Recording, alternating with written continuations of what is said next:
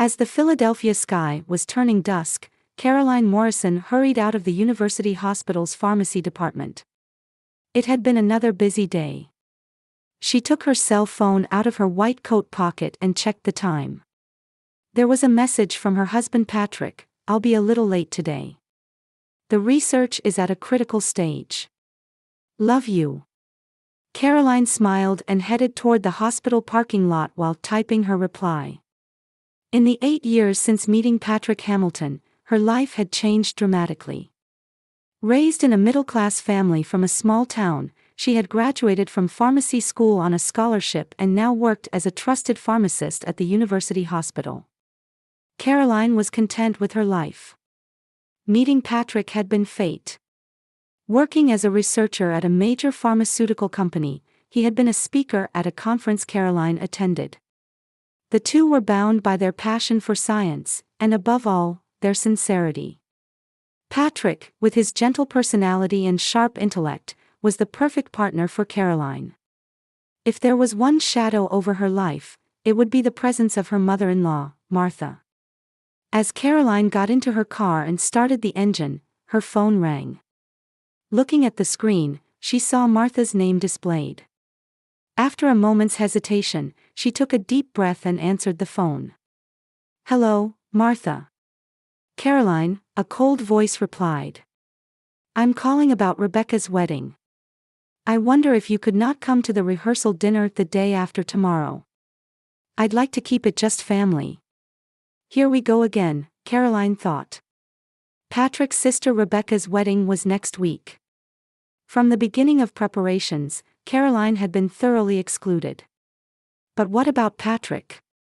"I'll explain to my son myself." "You're busy, aren't you? With your hospital work?" Martha's voice was laced with sarcasm. Caroline suppressed the urge to retort and simply answered, "I understand." After hanging up, she gripped the steering wheel tightly. Martha came from a prominent Philadelphia family and was a pillar of high society. She had strongly opposed her son's marriage and still looked down on Caroline as an upstart. Patrick's sister Rebecca also took a similar attitude, treating Caroline with contempt. She had suffered humiliating treatment from both of them numerous times but had endured it for her love for Patrick. Patrick himself would occasionally reprimand his mother and sister for their behavior, but he optimistically believed that they'll understand eventually. When Caroline arrived at the apartment, she found a wedding invitation on the table. It featured a glamorous photo of Rebecca and Thomas Bradshaw, the son of another prominent family. Turning it over, she noticed a sticky note. In Patrick's handwriting, "Mom came to deliver this in person. She asked about you, but I told her you were at work. Love you." She sighed. This was her reality. The unwanted wife of the Hamilton family. But recently, Caroline had been sensing something odd about her mother-in-law's behavior. As a pharmacist, she had found Martha's recent purchases of certain herbs and chemicals concerning. The other day, when she happened to glimpse the contents of Martha's shopping bag, her professional instincts had rung alarm bells. Caroline picked up the invitation and stared at the wedding date. A feeling that something might happen occupied her mind.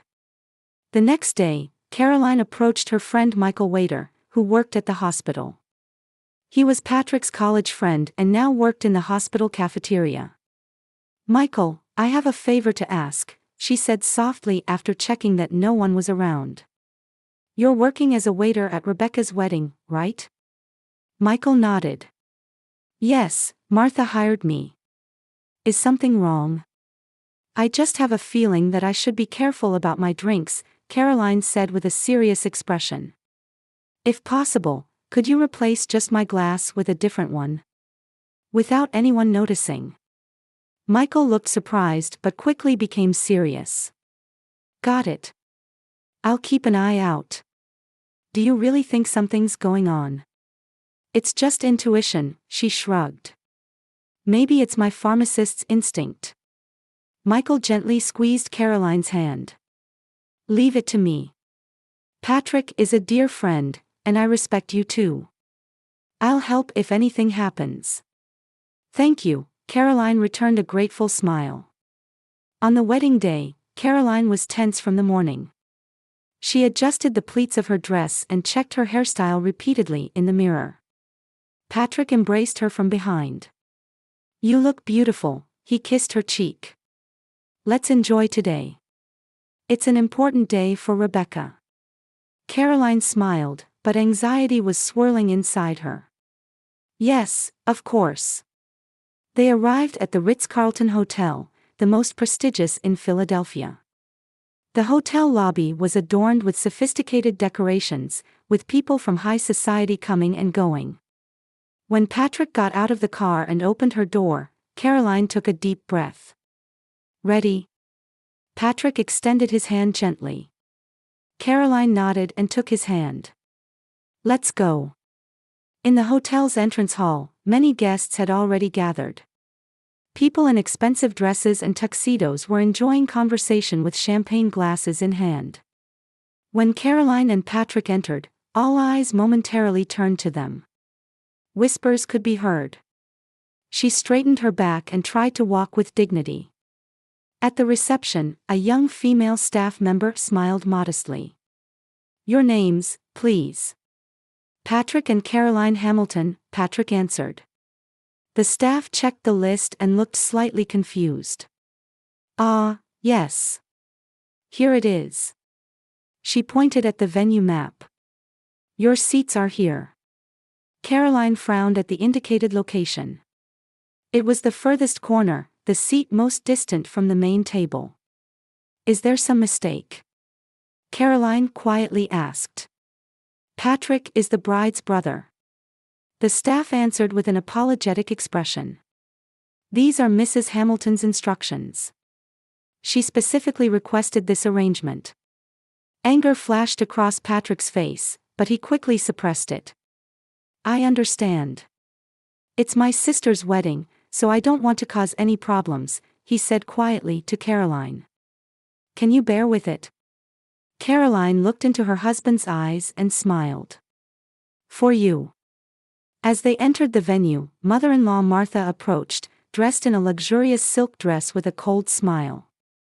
Caroline, I see you managed to dress properly today. Her sarcastic gaze looked Caroline's dress up and down. It has a common taste, but I suppose you did your best for today. Patrick was about to speak, but Caroline gently squeezed his arm. Thank you. It looks like it will be a lovely ceremony, she responded calmly. Martha laughed lightly through her nose and said, yes, a ceremony worthy of the Hamilton family tradition, then turned to Patrick. The main table will seat Rebecca's friends, so your seats are separate. Please understand. Patrick frowned. I'm her brother. Family usually sits at the main table. Today is a special day. Please respect Rebecca's wishes, Martha said firmly before leaving to greet other guests. Caroline and Patrick headed to their assigned seats. Several guests were already seated at the table. They appeared to be distant relatives or mere social acquaintances. Just as Caroline was about to sit down, Martha returned. You should be grateful I arranged a seat for you at all, she said loud enough for the surrounding guests to hear. Originally, these were supposed to be family-only seats. Giggles could be heard from around the table. Caroline felt her cheeks burning but maintained her composure and sat down gracefully. Patrick's face reddened with anger, and he was about to say something to his mother when music signaled the beginning of the ceremony. The wedding was conducted solemnly. Rebecca entered in a pure white dress, looking proud. Thomas Bradshaw greeted his bride with gentlemanly poise. As Caroline watched the ceremony, she occasionally noticed triumphant glances directed at her from her mother-in-law and Rebecca. After the vows were exchanged and the newlyweds exited, the reception began. Staff circulated, distributing champagne for a toast. Michael was not yet visible, but Caroline trusted him. A young waiter approached Caroline and Patrick's table and began distributing champagne glasses. The moment a glass was placed in front of Caroline, she sensed something off. With her trained pharmacist's sense of smell, she noticed a subtle scent different from normal champagne. Looking closely at the glass, she noticed a nearly imperceptible difference in color. She gently set the glass down, hesitating to drink. Patrick noticed and asked, "What's wrong?" "The scent seems strange." Caroline began, but Patrick sighed. "You're overthinking again. You worry too much about my mother," he said gently. "Look, there's nothing wrong." And with that, Patrick picked up Caroline's glass and took a sip. At that moment, mother-in-law Martha's face drained of color from across the table. She jumped up from her chair and exclaimed, "Wait, don't drink that." The attention of the entire venue turned to Martha. Patrick looked at his mother with a puzzled expression and asked, "What's wrong?" Well.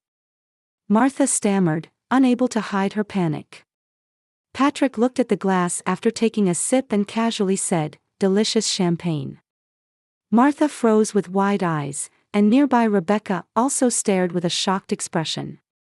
Why isn't anything happening?" the mother-in-law muttered, her face showing anxiety and confusion.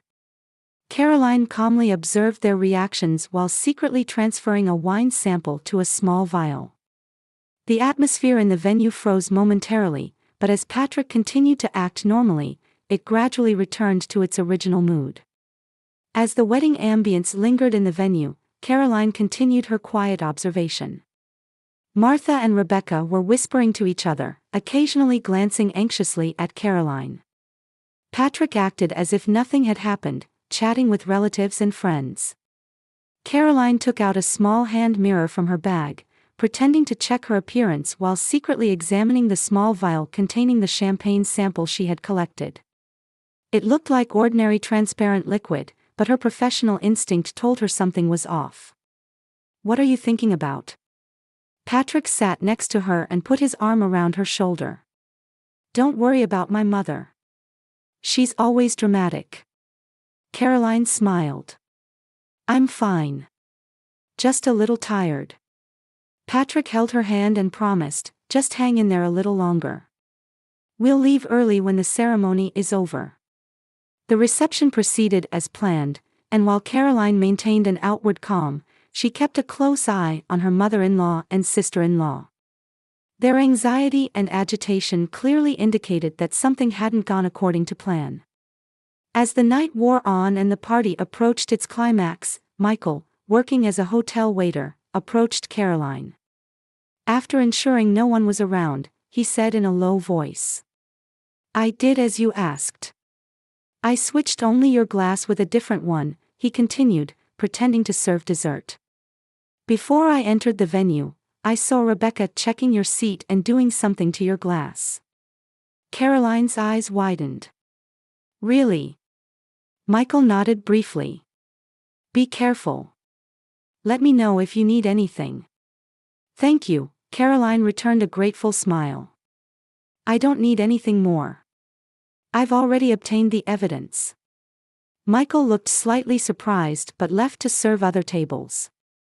As the night progressed and many guests began to leave, Caroline and Patrick also prepared to depart. Martha and Rebecca didn't approach them, rather, they seemed to be deliberately keeping their distance. In the hotel's luxurious lobby, Patrick tried to say goodbye to his mother and sister, but Caroline told him, "We need to talk properly tomorrow. I'm tired tonight." When they got home, Patrick sank into the sofa and asked, "How was today?" "Mom and Rebecca's attitude was terrible, but I thought the ceremony itself was wonderful." Caroline sat next to him and took a deep breath. "Patrick, we need to talk about your champagne." "Oh, that," he laughed lightly. "I was surprised when Mom suddenly shouted not to drink it, but nothing happened, right?" "That's not true," Caroline said with a serious expression. "I want to have it tested at the hospital tomorrow. I think there was something wrong with that champagne." Patrick frowned. "You don't think Mom would?" He faltered. "I can't believe that. Why would you think she'd put something in your glass?" "Intuition," Caroline said quietly. We'll know the truth tomorrow. The next morning, Caroline woke up early and headed to the hospital's laboratory. Her friend, lab technician Jennifer, was waiting. "Good morning, Caroline," Jennifer greeted cheerfully, but her smile faded when she saw Caroline's serious expression. "What's wrong?" Caroline took the small vial from her bag. "Could you analyze this? Not just a regular alcohol test, but a toxin screening."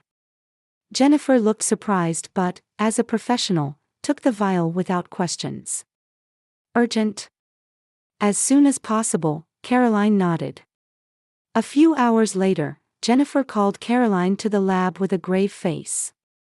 "Look at this," she pointed to the computer screen. "This isn't ordinary champagne. Traces of atropine were detected. It's a small amount, but dangerous enough." Caroline clutched the data with trembling hands. "This wasn't accidental, it was intentional. Shouldn't you report this to the police?" Jennifer asked worriedly. Caroline thought deeply. "Not yet. I need to talk to Patrick first." That evening, when Patrick returned home, Caroline had spread the test results on the dining table. Seeing his wife's serious expression, he immediately understood. "What happened?" he asked quietly. Caroline showed him the test results and explained. The champagne was laced with atropine.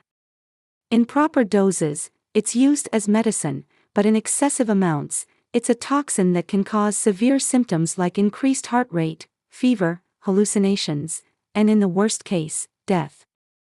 Patrick initially couldn't believe it, but his face changed color when he saw the evidence. He collapsed into a chair. "No way.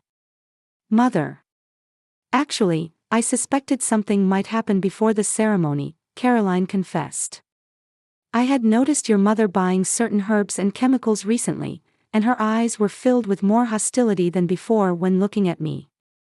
So as a precaution, I asked Michael, who works with me at the hospital, to switch just my glass with a different one." Patrick was visibly shaken, showing an expression of anger toward his mother and surprise at his wife's quick thinking. "I can't believe Mother would go that far," he muttered in disbelief. "But why didn't anything happen when I drank it?" "The amount was small," Caroline explained. "You only took one sip, right? It was probably calculated to be sufficient if I emptied the glass. Also, with your build, a small amount might not have shown noticeable symptoms." Anger colored Patrick's face. Why would Mother do such a thing? He clenched his fist. Was Rebecca involved too? "Judging by their reactions, there's no doubt," Caroline sighed. "They were both expecting me to collapse. They probably intended to humiliate me in the middle of the wedding." "This is unacceptable." Patrick stood up and paced the room. "I should confront my mother and sister about the truth. This is different from their usual harassment. This is a crime." He trembled with anger. Caroline calmly said, "We should bring the evidence. Otherwise, they'll deny it," and carefully filed the test results.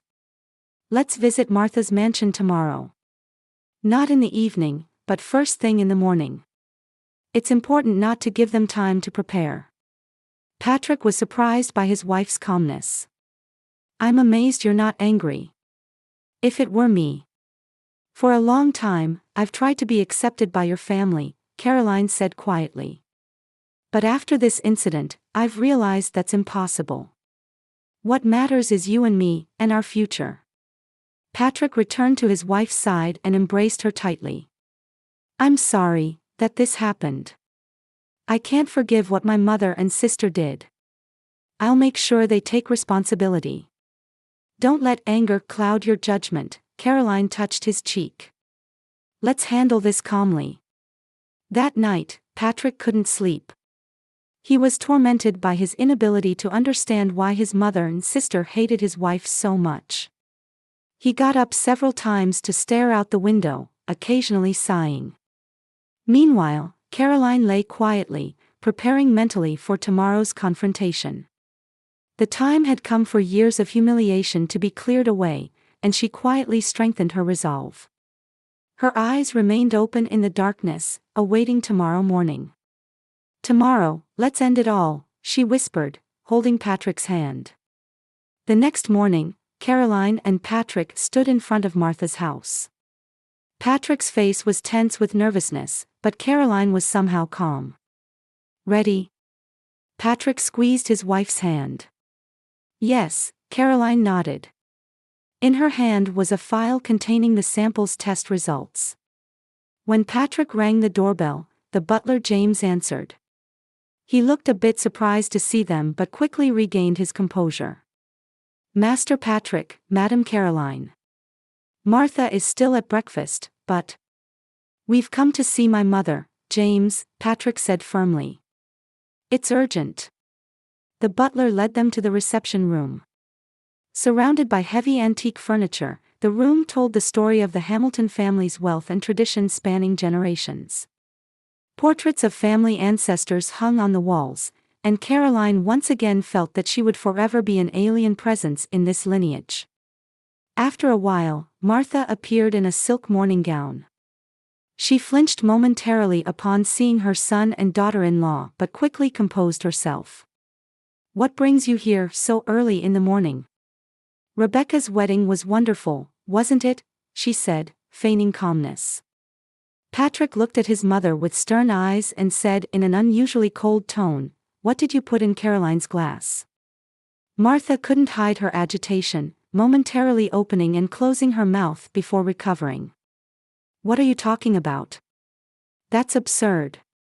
"Stop the act," Patrick's voice was filled with anger. "We know."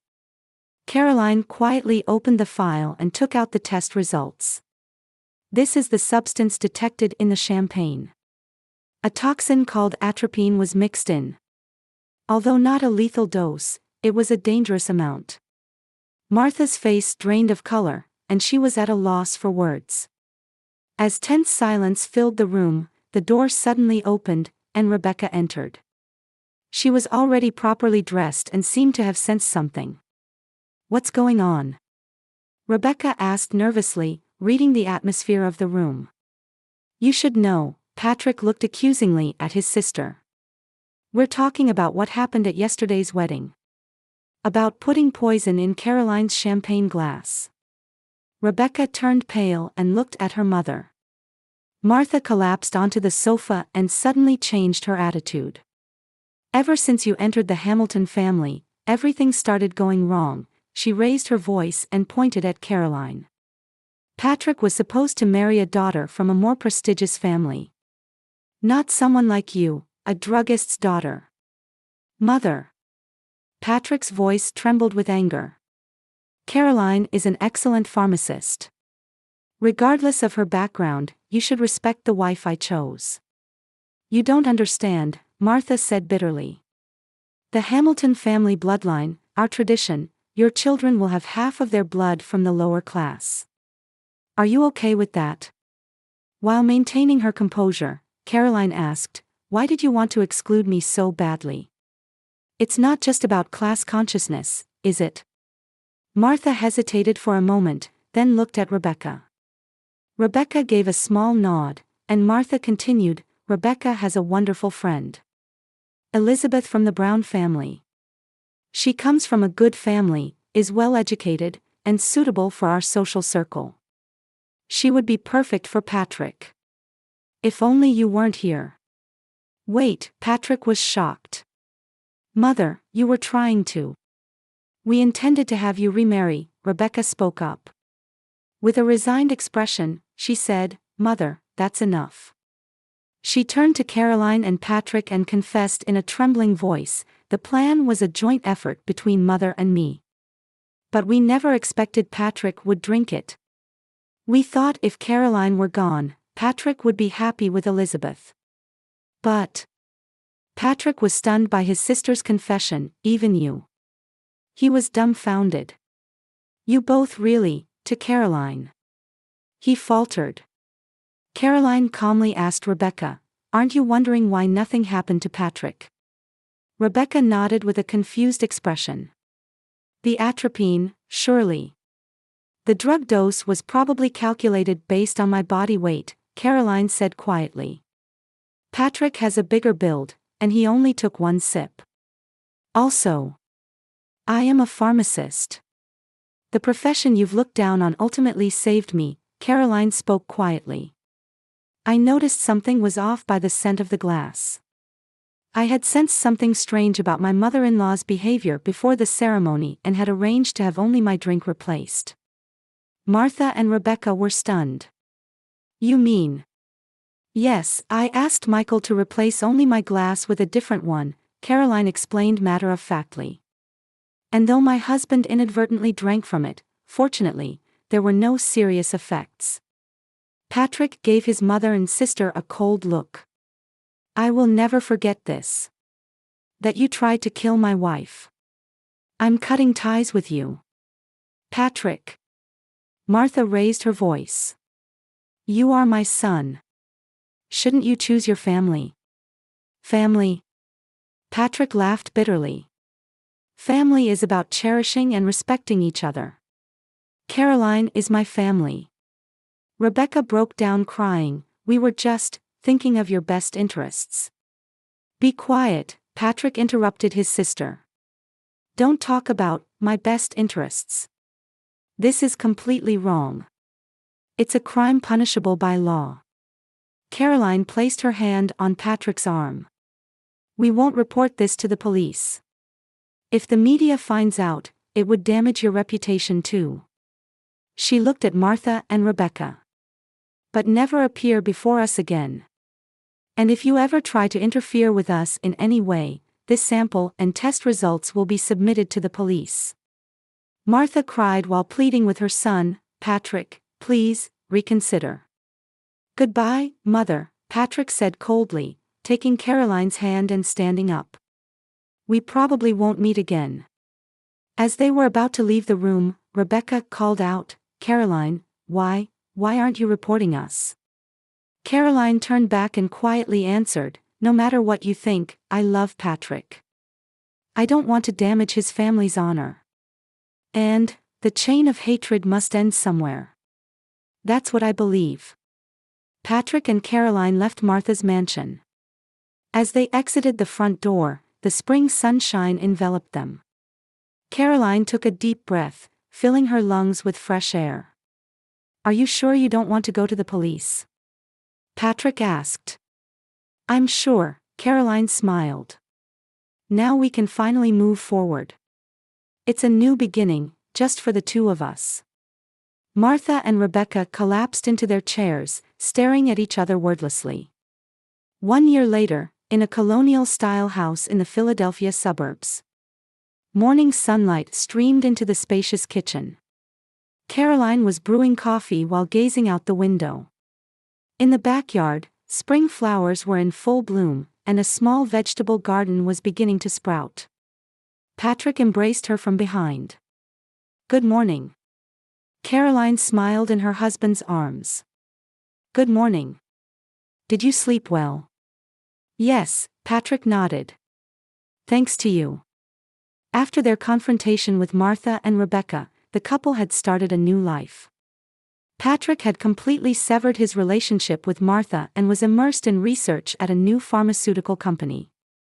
Caroline continued her work at the hospital, and the two were living peaceful days.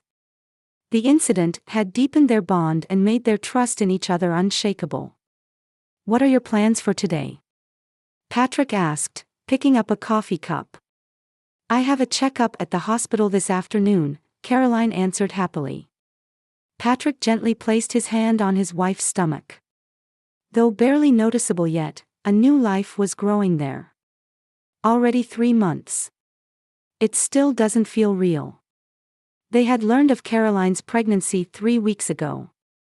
When she told him, "We're having a baby, Patrick," he embraced his wife with a joy-filled expression.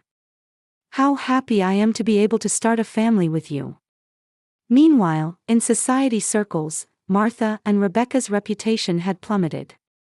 When Rebecca's fiancé Thomas learned of the events after the wedding, he broke off the engagement, and she disappeared from society. Martha was left alone in her mansion, living a lonely life in stark contrast to her once glamorous lifestyle. After breakfast, Patrick brought in the mail. "From Mother again," he sighed, showing an envelope. Martha sent letters every week, but all were returned unopened. "Maybe someday there will come a time when we read them," Caroline said quietly. "But not now." Patrick nodded and set the envelope aside. That night, as they relaxed on the sofa discussing future plans, the phone rang. When Patrick answered, it was from the hospital. Martha had been admitted in critical condition. "What should we do?" Patrick asked Caroline after hanging up. "Should I visit my mother?" Caroline took her husband's hand. "I'll support your decision. Whatever you choose, I'm by your side." After a long silence, Patrick made up his mind. "Let's go. Just to visit. I'm not saying we're reconciling." When they met Martha at the hospital, they were shocked by the aged woman's appearance. She had deteriorated so much in just 1 year. Martha wept when she saw them. "I'm not asking for forgiveness. I just wanted to see you once," she said weakly. Patrick's expression was complex, but Caroline quietly said, "I've let the past go. But it will take time to rebuild trust." Martha smiled resignedly and said, "Be happy with your new life." On their way home, Caroline said, "Let's teach our child love, not hatred." Patrick looked at his wife and replied, "Your kindness saves me." 2 weeks later, they learned they were having a girl. They decided to name her Hope, meaning second chance. "Let's end the chain of malice with us." Caroline's words illuminated their new future like the spring sunshine.